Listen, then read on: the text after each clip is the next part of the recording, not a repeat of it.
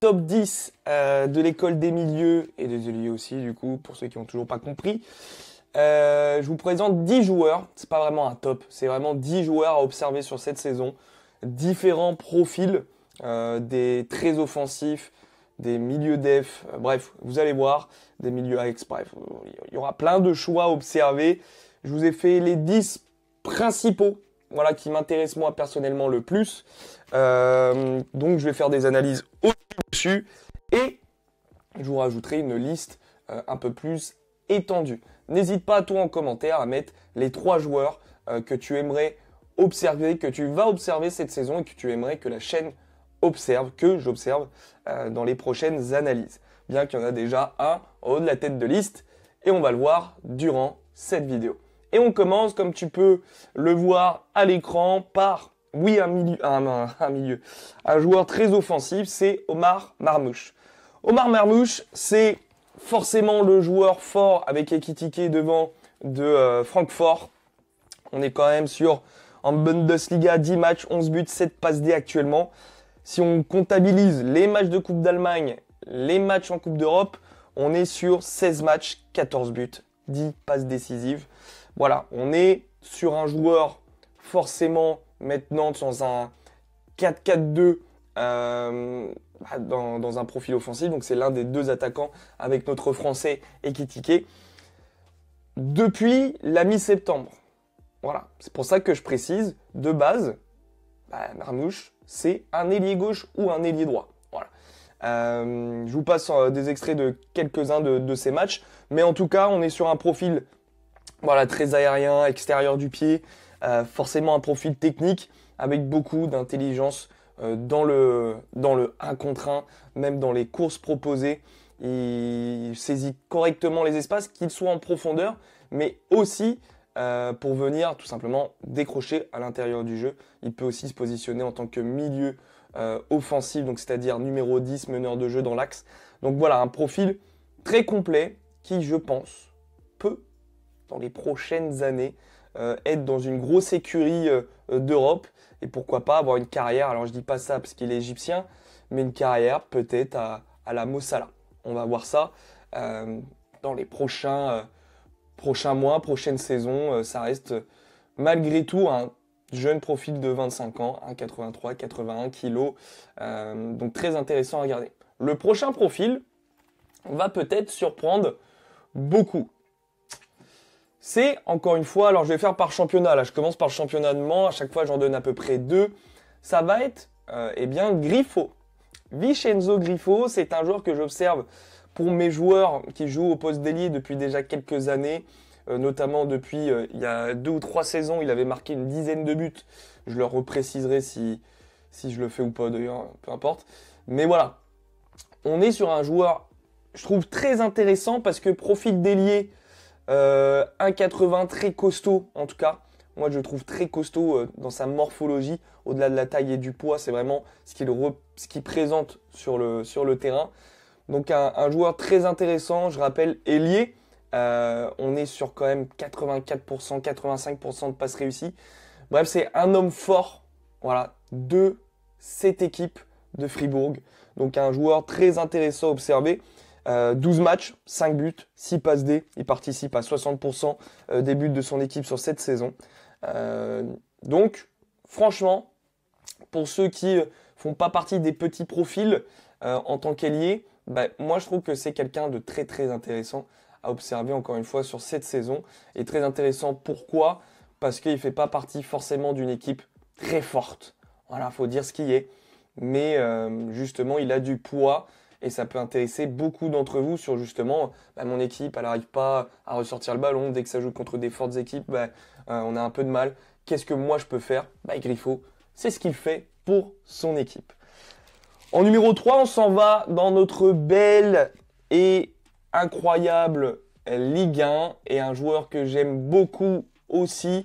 Toujours pareil, je ne vous sors pas des joueurs où tout le monde s'y attend. Mais c'est Gaëtan Perrin. Gaëtan Perrin, moi j'adore le profil parce que c'est un joueur en fait qui, ça bug un peu la caméra parce que je pense qu'elle a plus de batterie, donc on va couper, c'est pas grave, ça bug toujours. Non, ok. C'est un profil où, en fait, en France, on se dirait, oh, il y en a plein des comme ça. Oh, c'est pas... Il nous intéresse pas, ce petit père. C'est quand même un joueur à la JOCR cette saison, 1m69. C'est pour ça que je vous dis qu'en France, le gars a 1 cm de moins que moi. Et je parle au niveau de la taille. Euh, Donc attaquant, ailier droit, aussi milieu off. Vous allez le voir par rapport à son positionnement dans le jeu de la JOCR. Je vais changer juste de caméra l'équipe. Parce que j'ai l'impression que ça bug, ça me stresse. Je vais continuer juste pour Gaëtan Perrin. Donc bref, un joueur très intéressant, là encore une fois, à observer. Parce que profil, je pense, très atypique. 11 matchs, 4 buts, 4 passes décisives. Je tiens à vous signaler que ce gars, il joue à la JOCR en Ligue 1. D'accord? Donc, dans une Ligue 1 très défensive, faut être costaud pour marquer des buts comme ça. Surtout, mois de novembre, c'est 3 buts. Voilà, donc un profil de meneur très intéressant techniquement, très intéressant tactiquement. Je pense que c'est un joueur que je vais observer très très rapidement, bien que c'est pas lui dans la top liste, enfin dans le numéro 1, je vais dire dans la top liste. Je dis n'importe quoi. Dans le numéro 1 de mes observations, parce que le numéro 1 dans mes observations, eh bien, il arrive maintenant. Le numéro 1 après le changement de caméra, c'est André Santos, encore une fois de Strasbourg, encore une fois, possiblement des équipes qui on n'observe peut-être pas en premier, sauf si on est un supporter indiscutable du Racing Club de Strasbourg. Mais on est sur un profil très intéressant à observer parce que, comme tous les autres, beaucoup de choses à améliorer, encore plus lui, c'est pour ça que je veux vraiment l'observer, 20 ans. Je pense homme fort de Strasbourg, puisque 10 matchs, 5 buts, une passe D. Voilà, on est sur un milieu central, un petit peu def, qui peut s'enflammer aussi assez vite vers l'avant. On est sur 85 passes réussies depuis le début de la saison. Super idée de sa part dans son choix de carrière de venir, je regarde plus la bonne caméra, en France, parce que, encore une fois, style très défensif en France. Hein. J'invente rien, c'est dit partout, par tous les joueurs de football, c'est très physique, c'est très défensif. Donc il prend actuellement beaucoup en maturité. Et je trouve ça ultra intéressant parce que j'ai pu en amont observer des matchs quand il joue au Brésil. Et voilà, c'est un Brésilien. Il y a voilà les deux côtés qui peuvent faire un petit mélange intéressant, le fait de venir en France et d'être aussi un Brésilien. Donc j'avais mis Brésilien un peu fou, mais avec une maturité défensive qui commence à grandir. Bref, ça sera très très prochainement. La miniature est déjà faite par Ryan, le joueur qui va être observé justement dans la chaîne. Voilà, tout simplement. Je vous montre ses stats. Franchement, on est sur un profil qui peut plaire à beaucoup, beaucoup de monde. Je rajoute, parce que nous sommes français, en tout cas moi, j'ai rajouté un joueur de Ligue 1 pour compléter la liste de 10. Et moi, je suis fan. Je suis fan de ce joueur.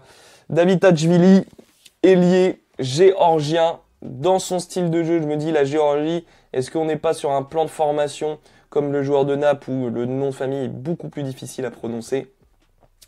Bref, un profil, encore une fois, ultra intéressant à observer. 1m75, 23 ans. Encore une fois, un homme fort, parce que comme je l'ai dit, voilà, forcément, c'est des joueurs à observer parce qu'ils sont intéressants vraiment en ce moment en termes de perf, mais aussi, encore une fois, des choses à améliorer malgré tout. Bon, comme je le disais, avant que le micro lui aussi coupe, voilà, on veut vraiment que je fasse des vidéos. 11 matchs, 5 buts, 2 passes décisives, bref, un profil très intéressant, encore une fois, qui joue à Saint-Étienne. Donc, voilà, on n'est pas sur l'équipe la plus forte de Ligue 1, donc c'est pour ça un profil très intéressant. J'étais déjà parti sur le prochain profil, on prend l'avion, on voyage, on va en Espagne, on va au chaud, bien que en ce moment, avec les intempéries qui sont eues, je pense qu'il serait content d'être là où je suis moi en France.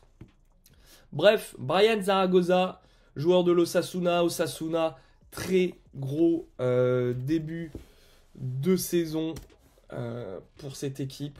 Et Brian Zaragoza, franchement, voilà, 5e, ça reste Osasuna quand même. Certes, au niveau des stats, c'est quand même plutôt intéressant. 13 matchs, 1 but, 5 passes décisives.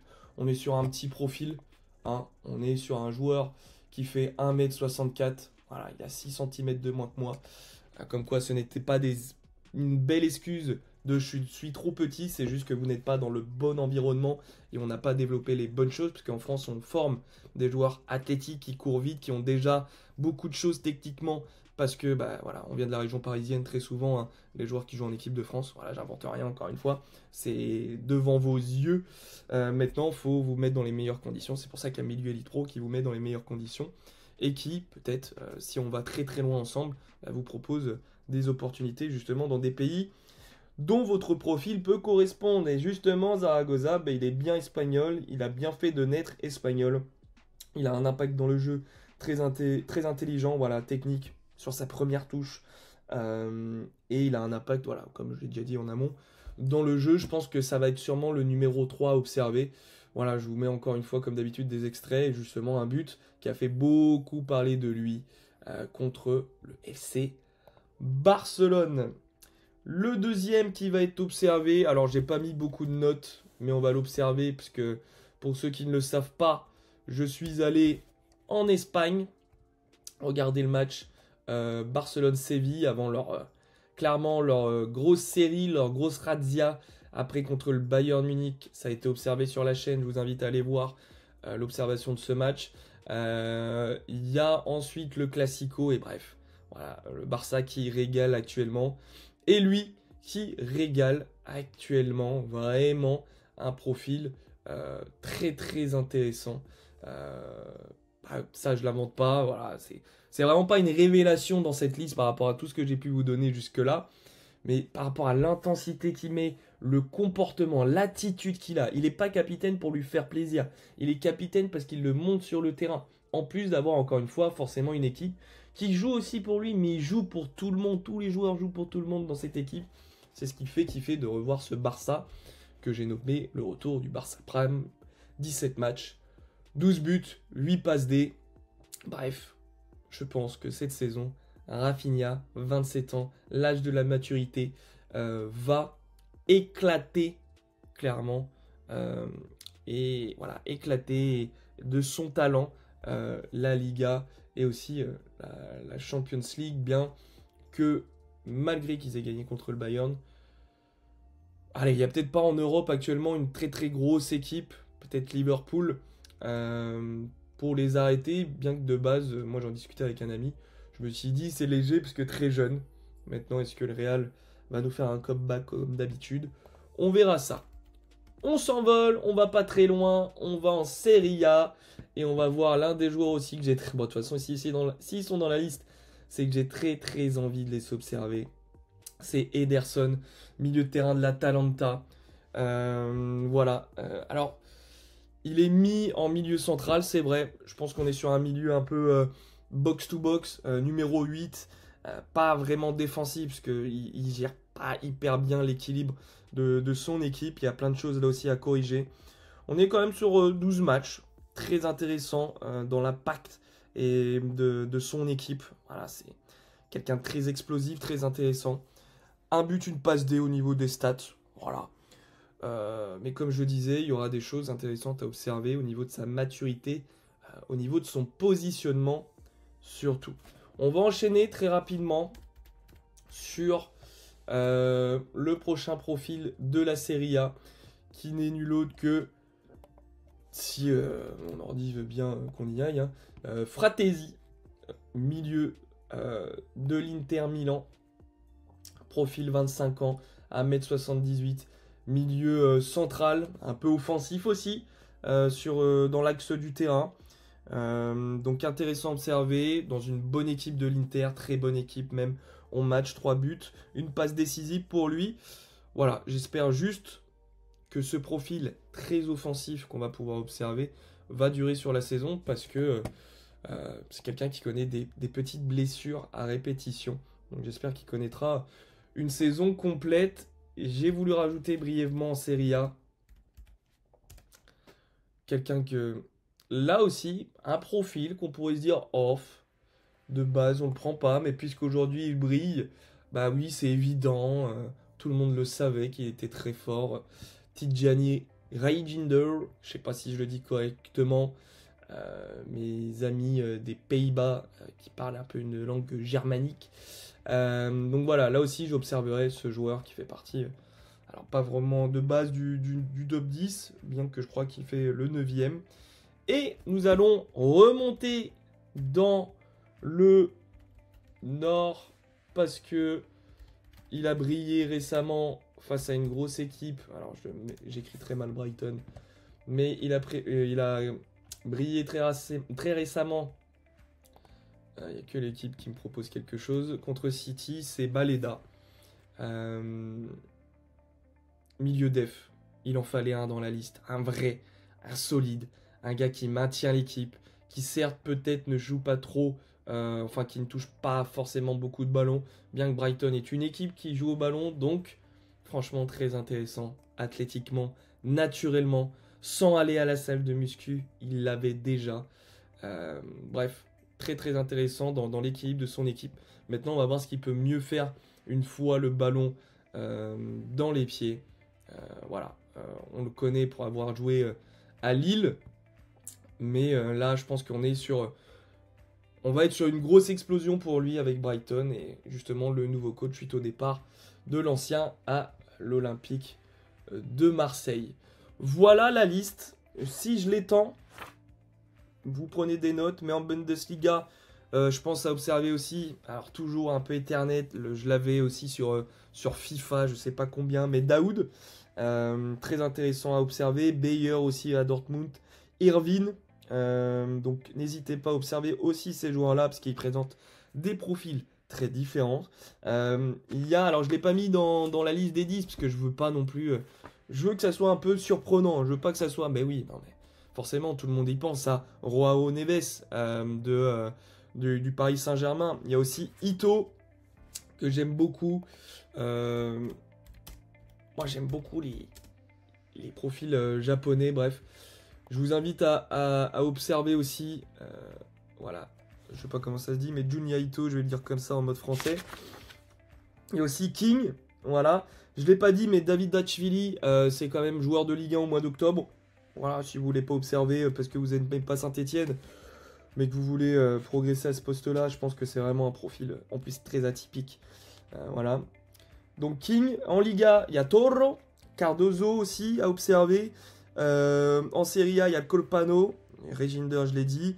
Et en Première Ligue, bien que j'ai dit qu'un seul joueur, malgré que ça soit la meilleure ligue du monde, il y a Buonanotte à regarder, Damsgaard, profil très def aussi, et Yates, qui reste aussi un joueur très intéressant à observer.